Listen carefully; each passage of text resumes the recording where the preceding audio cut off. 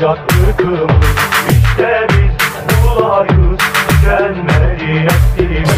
Cehalet getirerek çoğalacak ırkımız.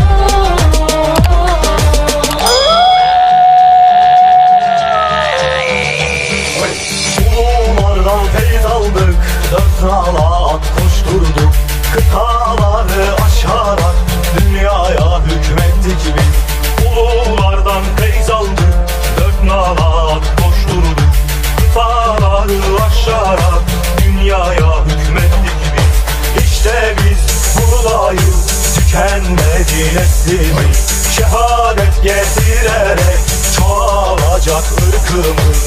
İşte biz buradayız, tükenmedi neslimiz. Şehadet getirerek çoğalacak ırkımız.